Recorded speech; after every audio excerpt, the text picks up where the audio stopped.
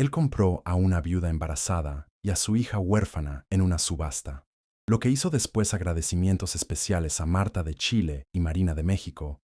No olviden suscribirse al canal y comentar desde dónde lo están viendo para aparecer en el próximo video. Hay historias que no comienzan con promesas de felicidad, sino con el crujido seco de la desesperanza. En el corazón polvoriento del Valle de la Ceniza, donde el sol castigaba la tierra hasta hacerla suplicar, un acto silencioso estaba a 1900 punto de cambiar 3 vidas para siempre.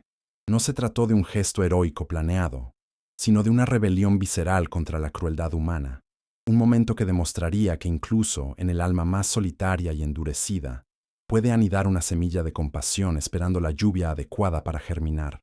Esta es la crónica de cómo un hombre que había renunciado al mundo decidió, en un solo instante, comprar el futuro de 2 extrañas. Silas Cortázar era un hombre tallado por el silencio y la soledad. Su rancho, alejado del murmullo hipócrita del pueblo, era un reflejo de su alma, funcional, austero y con cicatrices que contaban historias que él prefería no recordar. Aquella mañana no tenía intención alguna de pisar la plaza del mercado. Una valla rota en el lindero norte reclamaba su atención. Sin embargo, el destino, ese tejedor caprichoso de sendas imprevistas, lo guió hacia el centro del bullicio. Dentro de él, una vieja herida, una pérdida lejana que lo había convertido en un ermitaño. Se removió con inquietud, como presintiendo que el pasado estaba a punto de colisionar violentamente con su presente. En medio de la plaza, bajo la mirada indiferente de sus vecinos, se desarrollaba una escena de humillación pública. Clara, una joven viuda cuyo vientre abultado anunciaba una vida nueva en medio de la muerte, permanecía de pie con una dignidad rota. A su lado, su pequeña hija Ana, de apenas 7 años, no lloraba. En sus ojos infantiles había una seriedad impropia de su edad, una comprensión prematura de la crueldad del mundo. Clara sentía cada mirada como un latigazo, el peso de las deudas de su difunto esposo aplastándola contra un pilar de vergüenza del que no podía escapar. Se aferraba a la esperanza de que alguien, cualquiera, la salvara de ser propiedad. El subastador, un hombre de voz grasienta y moral laxa, pregonaba la mercancía con un entusiasmo forzado. Viuda joven, embarazada y con una hija sana, buena para el trabajo, sin deudas adicionales. Las palabras resonaban en el aire caliente, despojando a Clara de su humanidad. Algunos hombres del pueblo fingían interés, pero sus manos permanecían en los bolsillos, disfrutando del espectáculo de la desgracia ajena. Las mujeres murmuraban tras sus abanicos, sentencias veladas sobre la mala suerte y las malas decisiones. Nadie levantaría una mano. Aquello no era una oferta, era una condena social, un destierro en vida para ella y sus hijas, la no nacida y la presente. Fue entonces cuando una moneda solitaria fue lanzada al suelo, produciendo un tintineo burlón que rompió la tensión. El gesto, cargado de desprecio, fue la chispa que encendió algo dentro de Silas. No lo pensó, no lo planeó, simplemente avanzó, abriéndose paso entre la multitud con una determinación que sorprendió a todos, incluyéndolo a él mismo. Se paró frente al subastador, el polvo del camino aún en sus botas, y con una voz ronca por el desuso, pronunció las 5 palabras que sellarían su destino. Yo me las llevo. El silencio que siguió fue más pesado que la opresión del sol de mediodía, un silencio de incredulidad absoluta. El subastador, perplejo, apenas pudo articular una pregunta. ¿Estás seguro, Cortázar? Silas solo asintió, sacando un fajo de billetes arrugados. No era una fortuna, pero era todo lo que tenía, el fruto de años de trabajo solitario. Lo entregó sin dudar, sin mirar a nadie más que al hombre que sostenía el martillo. La transacción se completó en un murmullo, un acuerdo sellado no por la ley, sino por una extraña mezcla de desesperación y un impulso irrefrenable de decencia. En su interior, Silas se preguntaba qué demonios estaba haciendo, arriesgando su paz y su magro patrimonio por 2 extrañas, pero algo más fuerte que la lógica lo impulsaba. No hubo celebración. Al contrario, el pueblo se volvió aún más frío. Mientras Silas se giraba, las miradas que antes eran de curiosidad ahora eran de juicio. Veían a un tonto, a un solitario que había perdido la razón. Clara, por su parte, no sentía gratitud, sino un profundo vacío. ¿Qué significaba ser comprada por este hombre taciturno? ¿Era una jaula diferente o el inicio de algo más? Ana, sin embargo, observaba a Silas con una intensidad analítica. Lo evaluó en segundos, sin adornos ni prejuicios, como si su instinto infantil pudiera ver más allá de la fachada ruda del ranchero, buscando la respuesta a una pregunta que aún no sabía formular. El viaje hasta el rancho fue un lienzo de silencio tenso. Silas caminaba junto al caballo, llevando las riendas, mientras Clara y la pequeña Ana iban montadas. No se cruzaron palabras, pero el espacio entre ellos estaba cargado de preguntas sin respuesta y temores no expresados. Clara sentía el vaivén del animal y el peso de su propia incertidumbre. ¿Qué clase de vida le esperaba en el hogar de este extraño? Cada crujido de las hojas secas bajo las pezuñas del caballo parecía anunciar un futuro incierto. Silas, por su parte, sentía el peso de 2 vidas adicionales sobre sus hombros, una responsabilidad que no había buscado y para la que no se sentía preparado en lo más mínimo.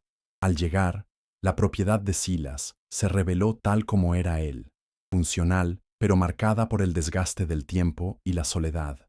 Una casa sencilla de madera, un granero que pedía a gritos reparaciones y cercas que se inclinaban como si estuvieran cansadas de mantenerse en pie. El lugar gritaba abandono. Para Clara, acostumbrada a la pobreza, pero no a la desolación, la vista fue un golpe sordo. No lloró, pero algo en su postura cambió. Silas las ayudó a bajar, y sin mirarla directamente, señaló la casa. Ella entendió que para bien o para mal, ese sería su refugio temporal, un puerto incierto en medio de la tormenta de su vida. Esa primera noche, las reglas no escritas de su nueva convivencia se establecieron sin necesidad de diálogo. Yo dormiré en el granero, dijo Silas con voz firme, sin admitir discusión. Clara, agotada física y emocionalmente, no protestó. Sabía que discutir sería inútil y, en el fondo, una parte de ella se sentía más segura con la distancia. Mientras él se alejaba hacia la estructura de madera oscura, ella entró en la pequeña cabaña. El aire olía a madera vieja y a soledad. Indicó a Ana la única cama de la habitación, un lecho modesto, pero limpio, y la niña se acurrucó sin decir una palabra, buscando en el sueño un escape. Clara se quedó de pie en medio de la habitación principal, sintiendo el peso de los últimos días derrumbarse sobre ella. La lámpara de aceite arrojaba un resplandor anaranjado sobre las paredes desnudas y los muebles cubiertos por una fina capa de polvo. Todo en esa casa hablaba de una vida vivida en aislamiento. Se preguntó por el hombre del granero. ¿Qué historia lo había llevado a encerrarse en sí mismo de esa manera? ¿Era un hombre bueno o simplemente un hombre roto que había actuado por un capricho momentáneo? La fatiga finalmente la venció y se tumbó junto a su hija, encontrando un alivio momentáneo en la inconsciencia, aunque su mente seguía en alerta. Mientras tanto, en el granero, Silas luchaba contra sus propios fantasmas. Acostado sobre un montón de paja seca, el olor a heno y a tierra húmeda no lograba calmar la tormenta en su cabeza. Los recuerdos que había intentado enterrar durante años emergían con una fuerza brutal. El rostro de su difunta esposa, la cuna vacía, el silencio ensordecedor de una casa que antes había estado llena de risas. Comprar a Clara y a Ana había sido un acto impulsivo, una forma de gritarle al destino que no volvería a quedarse de brazos cruzados mientras la vida era arrancada. Pero ahora, la realidad de su decisión lo golpeaba. No había hecho promesas, pero sentía una responsabilidad abrumadora. Esa noche, una tormenta eléctrica azotó el valle, como si el cielo mismo estuviera purgando sus penas. Los truenos retumbaban, y la lluvia golpeaba el techo de la cabaña y del granero, con una furia implacable. Dentro, Clara se despertó sobresaltada y abrazó a Ana con más fuerza. Afuera, Silas observaba los relámpagos a través de las grietas de la madera. La tormenta exterior era un reflejo de su caos interior. La lluvia no fue solo agua esa noche, Fue como si el universo hubiera decidido lavar el pasado, dejando la tierra y a 3 almas solitarias listas para un nuevo, aunque incierto, comienzo.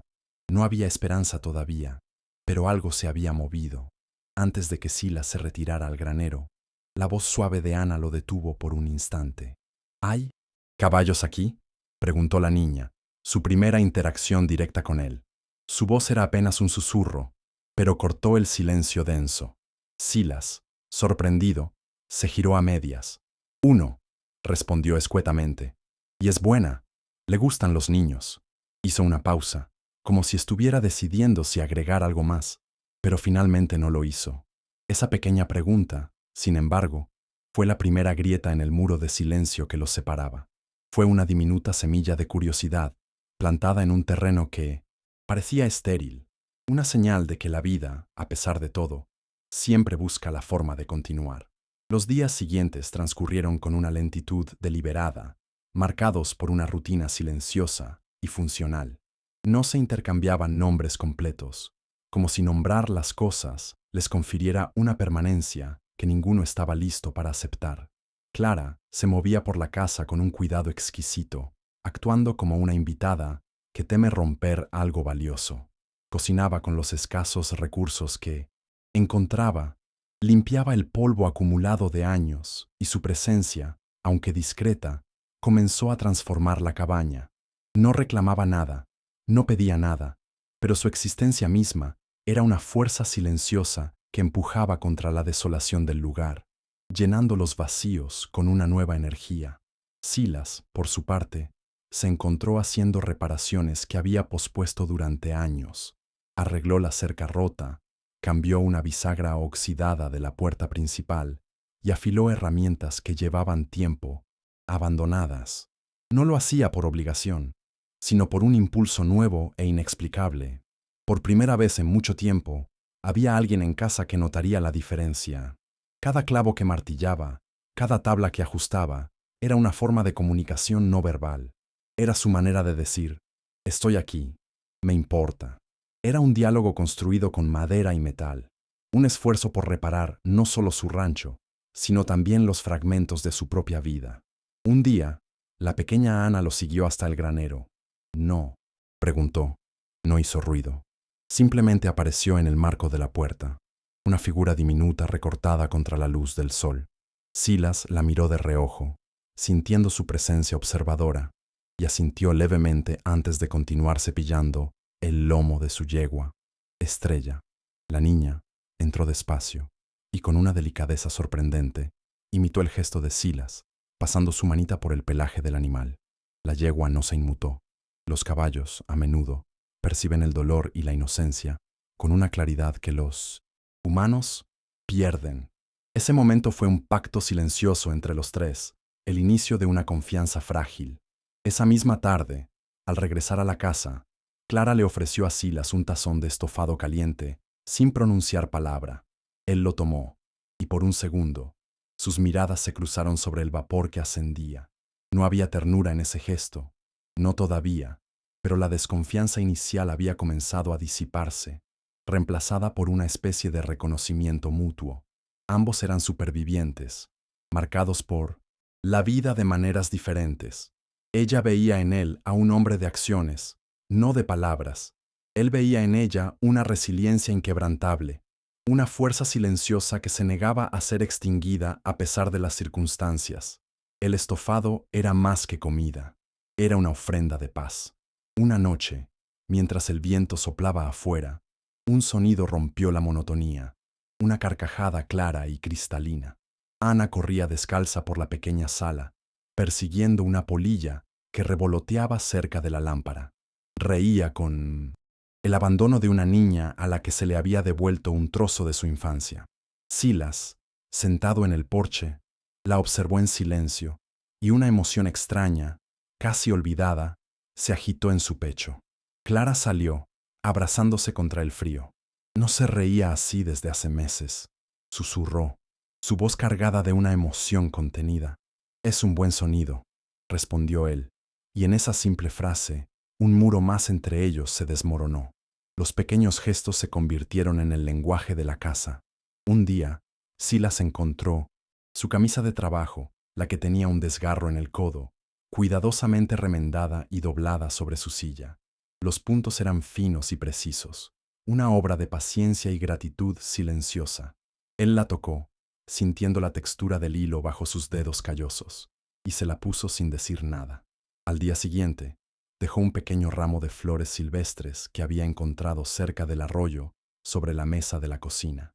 Clara no lo mencionó, pero las puso en un vaso con agua, y su color vibrante contrastó con la madera oscura, un símbolo del cambio que estaba ocurriendo. Poco a poco, Ana se convirtió en el puente entre los dos adultos. Comenzó a hablar más, haciendo preguntas sencillas sobre los animales o las nubes. Traía así las pequeñas ofrendas, una piedra de forma curiosa, una pluma de pájaro. Él escuchaba más de lo que respondía, pero su atención era total, y para la niña, eso era suficiente. Una tarde, mientras Silas tallaba un trozo de madera en el porche, Ana se sentó a sus pies y lo observó con fascinación. Al terminar, él le entregó una pequeña figura tosca de un caballo. Los ojos de la niña brillaron con una alegría pura que iluminó el atardecer. Sin embargo, la sombra del pasado de Clara aún pesaba sobre ella. Una noche, con la voz temblorosa, se atrevió a preguntar, ¿por qué lo hiciste? Aquel día en el pueblo. Silas dejó de afilar su cuchillo y miró por la ventana, hacia la oscuridad del valle. La pregunta flotó en el aire, cargada de la vulnerabilidad de ella y de la historia no contada de él. Por un momento, Clara pensó que no respondería, pero entonces él se giró y la miró directamente a los ojos. Porque nadie más lo iba a hacer, dijo simplemente, y me pareció lo único decente que quedaba por hacer. Esa respuesta, honesta y sin adornos, fue suficiente. La frágil paz que comenzaba a construirse dentro del rancho no tardó en ser amenazada por el mundo exterior. La noticia del arreglo de Silas se había extendido por el Valle de la Ceniza como un reguero de pólvora, y el juicio del pueblo no se hizo esperar. La primera en llegar fue la señora Elvira, la autoproclamada guardiana de la moral local. Apareció con una cesta de pan viejo y una sonrisa cargada de veneno, bajo el pretexto de la caridad. Espero que esté siendo precavido, señor Cortázar, dijo con falsa preocupación. Una mujer en su situación, la gente puede malinterpretar su bondad. Estas cosas siempre traen problemas. Silas recibió la advertencia con una calma glacial. No levantó la voz, no mostró irritación. Simplemente tomó la cesta y respondió con una firmeza que desarmó a la mujer. Un techo y un plato de comida no son caridad, señora. Son lo mínimo que se le debe a un ser humano. La señora Elvira, sin argumentos, replicó. Esa mujer y su hija no son su responsabilidad. Silas zanjó el tema con una frase lapidaria. Entonces, deje que la gente hable. La mujer se marchó ofendida, y su visita solo sirvió para reforzar la barrera invisible que Silas estaba construyendo, alrededor de su nueva e improvisada familia, un fuerte contra la hipocresía del pueblo. El domingo siguiente, la presión social se manifestó de una forma más organizada. El padre Fermín, desde el púlpito de la pequeña iglesia, pronunció un sermón sobre las consecuencias del pecado y los caminos torcidos que llevan a la perdición. Nunca miró directamente a Clara, que había decidido no asistir, pero cada palabra era una flecha envenenada dirigida a la cabaña de Silas. Los feligreses asentían con gravedad, sintiéndose virtuosos al condenar una situación que no entendían. La religión, que debía ser un refugio, se convertía en un arma para aislar y castigar a aquellos que se atrevían a desviarse de la norma. Silas escuchó los rumores cuando bajó al pueblo a por provisiones. El tendero dudó un instante antes de entregarle la bolsa de harina. El herrero, que antes lo saludaba, ahora solo le daba un leve asentimiento con la cabeza. Notaba las miradas de soslayo, los susurros que se acallaban. A su paso, lo llamaban tonto, loco, un hombre que había perdido el juicio por una viuda de dudosa reputación. Silas no reaccionó. Sabía que cualquier confrontación solo alimentaría el fuego del chisme. Su rostro permaneció impasible, una máscara de indiferencia que ocultaba una creciente rabia contra la estrechez de miras de aquella gente. En casa, sin embargo, notaba los efectos de ese veneno social en Clara. Ella se encogía más sobre sí misma, caminaba con la mirada baja, como si el peso de la vergüenza que el pueblo le imponía fuera una carga física. Hablaba menos, y sus sonrisas, que apenas habían comenzado a brotar, volvían a marchitarse. Silas la observaba en silencio, sintiendo una impotencia frustrante. Podía protegerla de amenazas físicas, pero ¿cómo podía defenderla de las palabras, de las miradas, de un juicio que se filtraba por las paredes como un gas tóxico? La fortaleza que había construido parecía tener grietas que no sabía cómo reparar. Una tarde, mientras regresaban del arroyo, Ana tiró de la manga de la camisa de Silas. ¿Por qué la gente no le sonríe a mamá?, preguntó con la honestidad brutal de los niños. La pregunta, tan simple y directa, fue como un puñetazo en el estómago para Silas. No supo qué decirle. ¿Cómo explicarle a una niña la complejidad de la malicia humana, la envidia, el miedo a lo diferente? Se limitó a poner una mano sobre su cabeza. Más tarde, encontró a Clara llorando en silencio en la habitación, intentando que su hija no la viera. El dolor de ella se convirtió en el suyo, una espina clavada en su conciencia. Decidido a desafiar al pueblo, Silas tomó una resolución. El domingo siguiente, preparó la carreta temprano.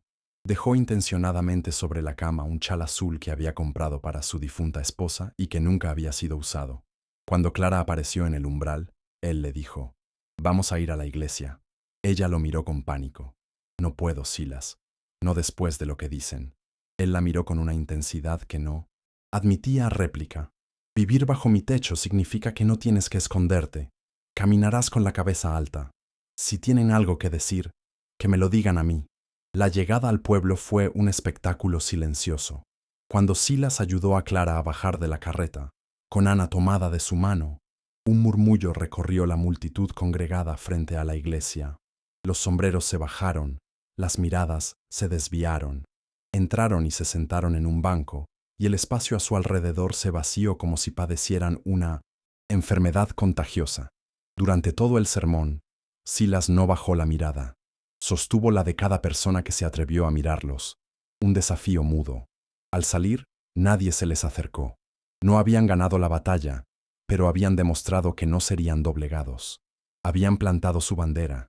La relativa calma que siguió a su desafío en la iglesia fue premonitoria, como la quietud que antecede a una tormenta violenta. Una noche, un resplandor anaranjado en el horizonte despertó a Silas. El granero de los Johnson, sus vecinos más cercanos, estaba en llamas. Sin dudarlo, ensilló a Estrella y cabalgó hacia el fuego. Se unió a la caótica línea de cubos de agua, luchando contra las llamas hasta el amanecer. Regresó cubierto de hollín y agotado, y encontró a Clara esperándolo despierta. Sin una palabra, ella le limpió el rostro con un paño húmedo. En ese gesto había un reconocimiento profundo, un respeto forjado en la adversidad. El incendio avivó las brasas del miedo y la superstición en el pueblo. Era el segundo incidente en poco tiempo, y la gente necesitaba un culpable. Las sospechas, como buitres, comenzaron a sobrevolar a Clara. «La tragedia la sigue a donde va», murmuraban en la tienda. Primero, la muerte de su esposo. Ahora, un incendio. La lógica no importaba. El miedo era más fuerte. Silas escuchaba los rumores con una creciente sensación de alarma. Sabía que la ignorancia del pueblo podía volverse peligrosa. Intentaba proteger a Clara de las habladurías, pero sentía que un cerco invisible se estrechaba a su alrededor, alimentado por el pánico colectivo. Una noche, el miedo se materializó. Un grito ahogado de Ana, que estaba en el porche, hizo que Silas saliera corriendo con el rifle en la mano. La niña, pálida como un fantasma, señalaba hacia el granero. «Un hombre», susurró. «Me vio y se fue corriendo». Silas revisó el perímetro. No encontró a nadie, pero descubrió algo que le heló la sangre. El cerrojo de la puerta del granero había sido forzado y, cerca, encontró una colilla de cigarro aún caliente. Alguien había estado allí, observándolos. Esa noche no durmió. Se quedó en el porche, con el rifle sobre las piernas, vigilando la oscuridad, sabiendo que la amenaza ya no era un murmullo, sino una presencia física. Al día siguiente, el sheriff se presentó en el rancho.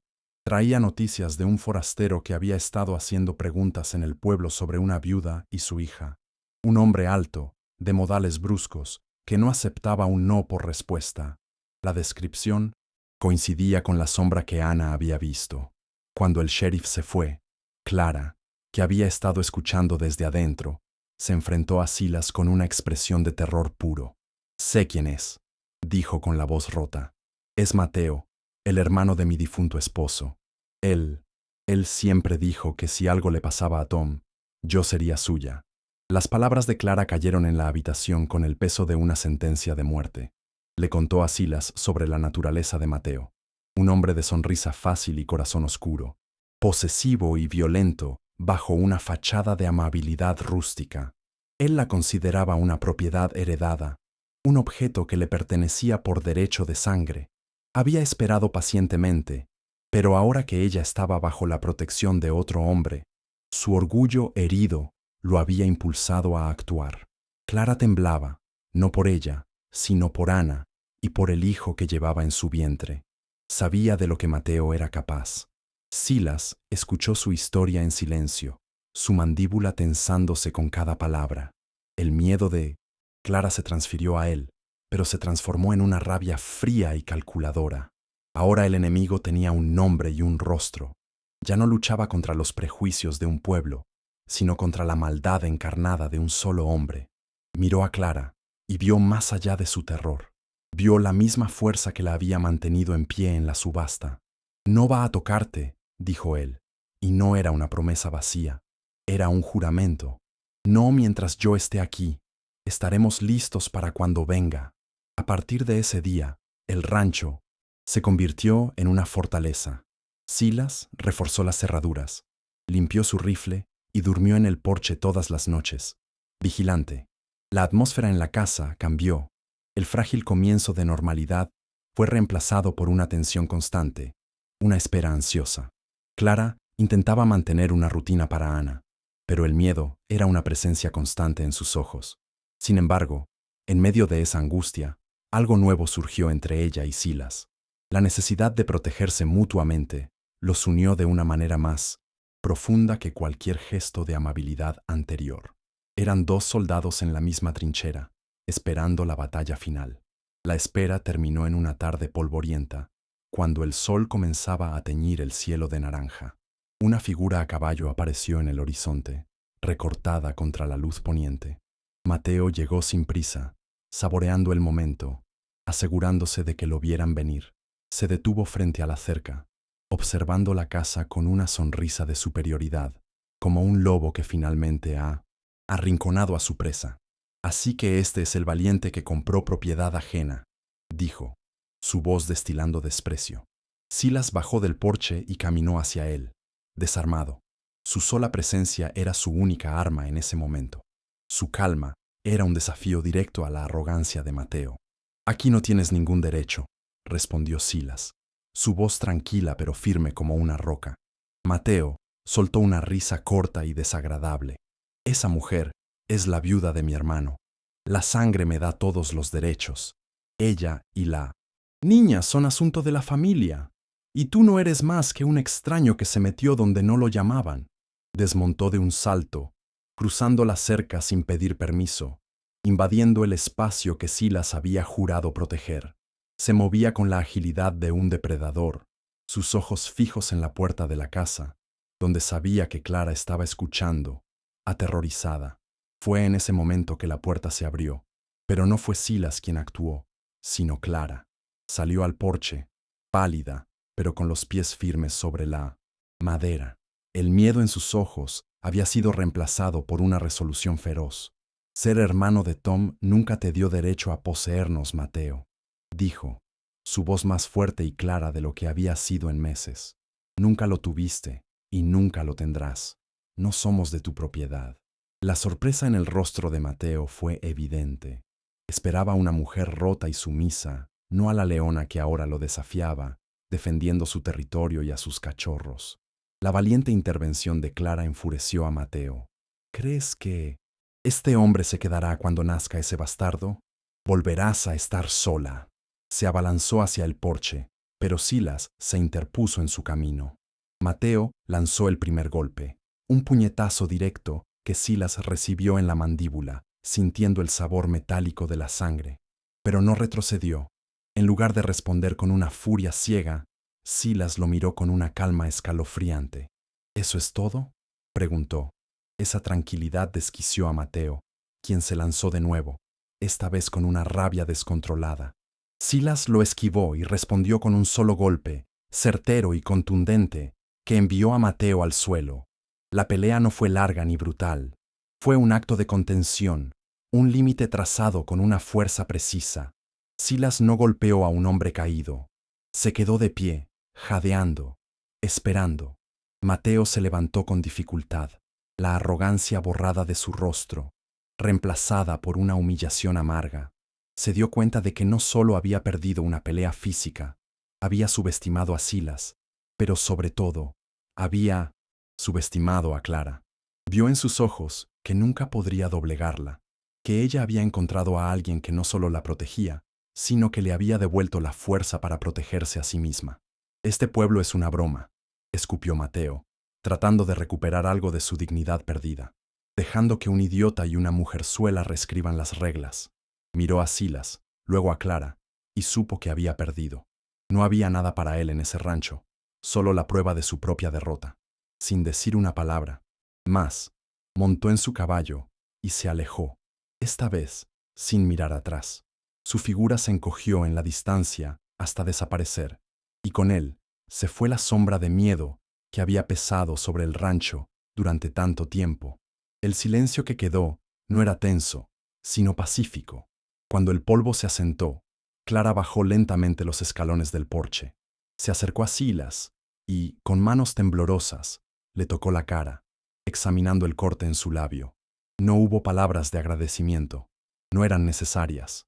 En ese toque, había una intimidad y una comprensión que superaban cualquier declaración. Él había luchado por ella, pero ella también había luchado por sí misma. Juntos, habían enfrentado al monstruo y lo habían vencido. Ana, que había observado todo desde detrás de la puerta, salió corriendo y los abrazó a ambos por las piernas, su pequeño cuerpo uniendo a los dos adultos en un círculo de alivio. Esa noche, el aire en la cabaña era diferente. La tensión que había impregnado la madera y los corazones se había disipado, reemplazada por una calma profunda y sanadora. Clara limpió la herida de Silas con una delicadeza que era a la vez un gesto de cuidado y una confesión silenciosa. Mientras lo hacía, sus dedos rozaron su piel áspera, y en ese contacto, ambos sintieron la magnitud de lo que habían superado juntos. No se trataba solo de haber vencido a un enemigo externo. Habían ganado una batalla interna contra sus propios miedos y su soledad. La casa, por primera vez, se sentía verdaderamente como un refugio seguro. Más tarde, sentados junto al fuego, el silencio entre ellos ya no era una barrera, sino un espacio cómodo y compartido. Ana dormía plácidamente en la cama, por fin libre de pesadillas. Fue Clara quien rompió el silencio. «Nunca pensé que alguien se quedaría», dijo en voz baja, mirando las llamas danzantes. «No, de verdad. Siempre pensé que sobrevivir era lo único que importaba». Silas la miró, la luz del fuego suavizando sus rasgos duros. «Yo no me quedé por ti, Clara», respondió. Él, con una honestidad brutal que le llegó al alma. «Me quedé contigo. Es diferente». Esa simple frase redefinió toda su relación. En esa distinción residía la verdad de su vínculo. Él no era su salvador y ella no era su protegida. Eran dos personas rotas que, juntas, estaban encontrando la manera de reconstruirse. No había promesas de amor eterno ni declaraciones románticas, pero había algo más sólido, un pacto de lealtad y compañerismo forjado en el fuego de la adversidad. Clara sintió que una carga que había llevado durante años finalmente se desprendía de sus hombros. Por primera vez desde la muerte de su esposo, no se sentía sola. Tenía un aliado, un compañero, alguien que la veía como un igual. Las semanas que siguieron trajeron una nueva normalidad. El rancho comenzó a florecer bajo sus cuidados conjuntos. Silas terminó de reparar las cercas y Clara plantó un pequeño huerto de hierbas detrás de la casa. Ana reía con más frecuencia. Su alegría era el sol que nutría el frágil ecosistema de su familia. El pueblo seguía murmurando, pero sus voces se habían vuelto distantes, irrelevantes. La única realidad que importaba era la que se vivía dentro de los límites del rancho, un mundo que ellos mismos estaban construyendo, tabla por tabla, gesto por gesto, día a día. Un día, semanas después, mientras el sol se escondía, Clara sintió la primera contracción. Silas, sin pánico, pero con una eficiencia resuelta, la ayudó a entrar en la casa y fue a buscar a la partera del pueblo, una mujer mayor que valoraba la vida por encima de los chismes. El parto fue largo y difícil, pero Silas no se apartó de su lado. Sostuvo su mano, le ofreció palabras de aliento torpes pero sinceras, y fue el ancla a la que ella se aferró. Cuando el llanto de un bebé sano finalmente llenó la pequeña cabaña, no solo había nacido un niño, había nacido una familia. El bebé, un niño al que llamaron Tomás, selló su unión de una manera que ninguna palabra podría haberlo hecho.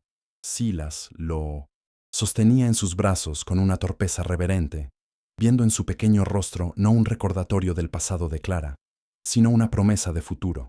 Ana miraba a su nuevo hermanito con una fascinación protectora. La casa, antes silenciosa y vacía, ahora estaba llena de los sonidos de la vida, la risa de una niña, el llanto de un bebé, y las conversaciones tranquilas de dos personas que habían encontrado su lugar en el mundo. La historia termina no con un beso apasionado bajo la puesta de sol, sino con una escena de una belleza cotidiana y profunda. Una tarde, Silas regresa del campo y encuentra a Clara meciendo al bebé en el porche, mientras Ana le muestra un nuevo dibujo. En el papel, con trazos infantiles pero decididos, hay 4 figuras: un hombre alto con sombrero, una mujer con el cabello como el sol, una niña pequeña y un bebé en brazos. Están de pie frente a una casa, y debajo, con letras torcidas, una sola palabra: hogar. Silas sonríe, una sonrisa genuina y poco frecuente. No, era el final feliz de un cuento de hadas. Era algo mucho mejor, el comienzo real y imperfecto de sus vidas.